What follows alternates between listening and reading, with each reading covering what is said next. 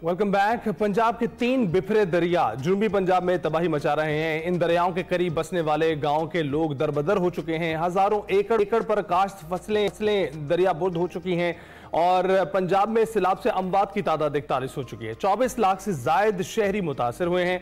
3100 गांव और 2900 मौजाजात जो हैं वो डूब गए हैं। मजीद अभी भारत की तरफ से और भी पानी छोड़ने की इतलात मौसूल हो रही हैं। सैलाब से तबाही का सिलसिला पंजाब से जुनूबी पंजाब और फिर सिंध की तरफ बढ़ रहा है। ऐसे में इंतजामिया और सोशल वर्क की तंजीमें जो हैं पाकिस्तानी भाइयों की इमदाद के लिए सरगर्म हैं और सैलाबी इलाकों में उतरकर अवामी खिदमात अंजाम दे रहे हैं। मजीद तबाही और बर्बादी की सूरत हाल कितनी तशवीशनाक है, इस हवाले से हमने बात करनी है। इस हवाले से बात में ज्वाइन किया है डॉक्टर रिजवान नसीर साहब ने, सेक्रेटरी महकमा इमरजेंसी सर्विसेज डिपार्टमेंट है। अस्सलाम वालेकुम डॉक्टर साहब।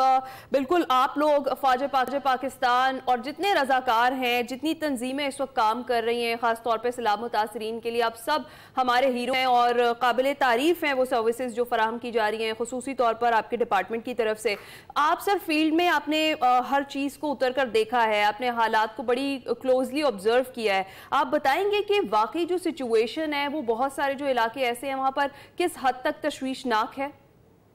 जी, आई थिंक ये एक बहुत बड़ा, जिस तरह कहते हैं ना, पहले एक दरिया होता था जिसमें नॉर्मली सैलाब आता था, इंडस में आया, फिर उसके बाद 2 साल पहले सतलुज में आया। हम रावी और सतलुज को तो भूल गए हुए थे, लेकिन दोनों में जिस तरीके से अभी फ्लड आया है, ये हमारे लिए एक बहुत बड़ा चैलेंज है। और मैं समझता हूँ अभी हिस्ट्री का सबसे बड़ा हमने एक जो इवैक्यूएशन का प्रोसेस है वो यहाँ पे किया है, क्योंकि आई थिंक सबकी ये बड़ी क्लैरिटी थी जिस दिन भी उस दिन इंडिया से में वार्निंग मिली है कि जो हमारी फ्लड की कैबिनेट कमेटी मीटिंग है उसमें ये फैसला हुआ और वज़ीर-ए-आला पंजाब की तरफ से भी ये था कि ताकि कोई भी ह्यूमन लॉस ना हो, यानी किसी की जान ना जाए, तो इसलिए हमने जो दरिया का बेड है उसको असूली तौर पे ये डिसाइड किया कि ये सारा क्लियर होना जरूरी है। उसके लिए हमें अब तक हमने 10 लाख से ज्यादा लोगों को वहां से इवैक्यूएट कराया। तो आप अंदाजा कर सकती हैं कि जहाँ से सियालकोट से ये शुरू होता है चिनाब और उसके बाद पांजनत तक जा रहा है, फिर इसी तरह अभी जो है हमारा नारोवाल से लेकर जो खानेवाल तक पूरा जाएगा, नई तक, और सतलुज में भी इसी तरह से कसूर से लेकर इस्लाम तक जो जा रहा है बहावलपुर तक। तो हमने इन तमाम रिवर बेड के एरियाज को पहले से क्लियरेंस कराई और इतनी बड़ी क्लियरेंस और इवैक्यूएशन आज तक हिस्ट्री में नहीं।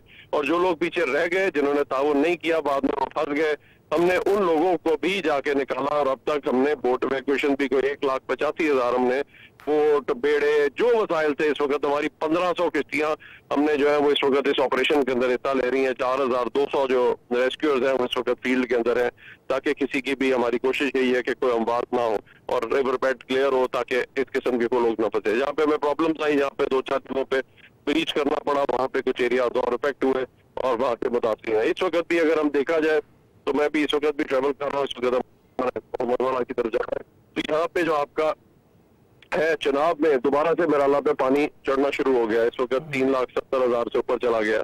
सो ये हमारे लिए चैलेंज है। इसी तरह मुसलसल तौर पर कसूर में अभी तक वो 270 के करीब जो है अभी तक चल रहा है गंगा से ग्वाला पे। तो ये हमारे लिए एक बहुत बड़ा चैलेंज है कि पानी सिर्फ ना सिर्फ दरियाओं में सैलाब आया बल्कि वो परसिस्ट कर रहा है। लाहौर में भी आपने देखा किस तरीके से वो 2 दिन पूरा पानी को अपना मेंटेन रखा जो ग्रेजुअली नीचे गया। बिल्कुल ठीक। डॉक्टर रिजवान, तो फिर अभी आपने बताया कि लाहौर में भी इलाके इस तरह के हैं, मजीद पंजाब में कौन से ऐसे इलाके हैं जो सबसे ज्यादा अफेक्ट हुए हैं और मजीद ये सिलसिला कहाँ तक आपको जाता हुआ दिखाई दे रहा है?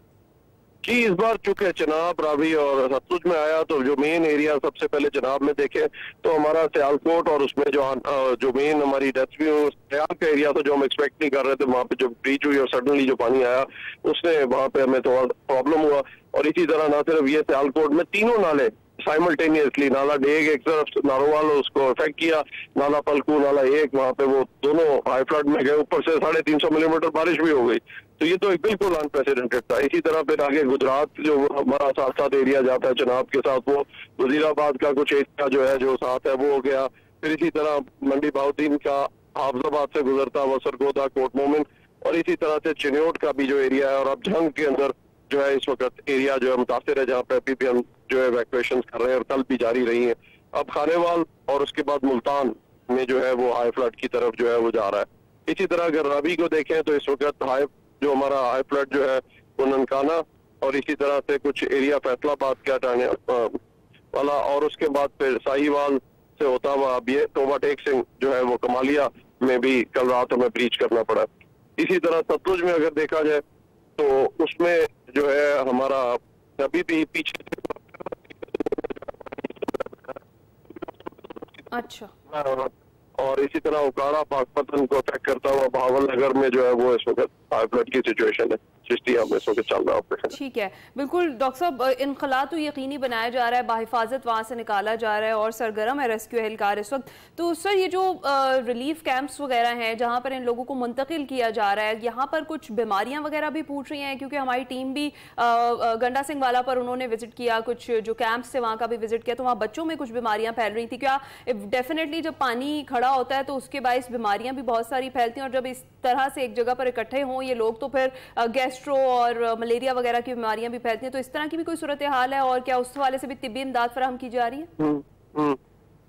जी बिल्कुल जी, नेचुरली एक्सपेक्टेड होता है कि जो है वो आप उस वक्त जो है वो वहाँ पे आप जिस वक्त पानी में जाते हैं इस पानी के अंदर, तो आप डेफिनेटली, जब मैं लोगों से बल्कि अपील भी करूंगा, इस पानी में एक तो गहराई का नहीं पता होता, बार बार फिर आप उस पार से गुजरने से गुरेज करें, तो ये एक बहुत बड़ा चैलेंज, क्योंकि उससे पे जल्दी बीमारियां भी होती हैं।